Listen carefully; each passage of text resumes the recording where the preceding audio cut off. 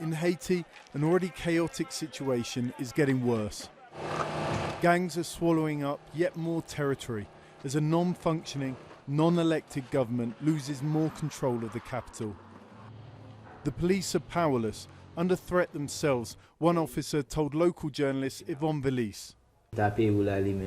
The government doesn't serve and protect us, even the police. There's no reason to stay in this country because they hand us over to gangs who shoot us, massacre us, assassinate us, and there's nothing that happens to them. His colleague, living proof of what happens to some when they try to fight back. We had been conducting an operation for 3 days to dislodge the gang that was causing panic. I received 10 M14 bullets, 6 in my stomach, 3 in my right leg, and 2 in my left leg.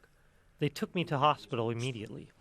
Here, one of the men they're up against, a soldier from the so-called 5 Second Gang, notorious like many others for its brutality.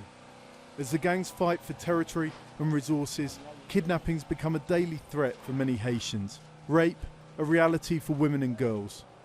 But the gang soldier blames the government, or lack of it, for the violence. We will always keep our weapons until there's another government so that the country can function properly, so that the authorities stop looting the country. Then we can decide to return our weapons so that our children can have a better life. Haiti was already teetering on the brink of anarchy before the murder of President Jovenel Moïse in 2021. After that, it tipped over. There have been efforts to get together an international force to try and help the police bring order. Polls show the majority of Haitians want it. But no country wants to lead it, worried after past failures. Meanwhile, things are getting worse.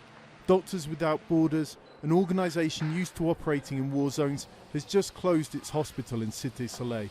This interview was shot just before that.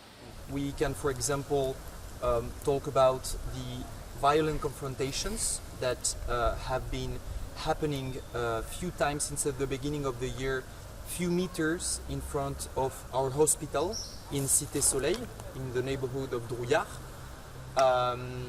in which our staff had to stay in security rooms without being able to treat patients for hours because of the bullets that were flying over the hospital. Many Haitians are seeing that their only hope is to flee. Rickety crafts like this one leaving the island. For those who stay, there's little sign of a solution on the near horizon. John Holman, Al Jazeera.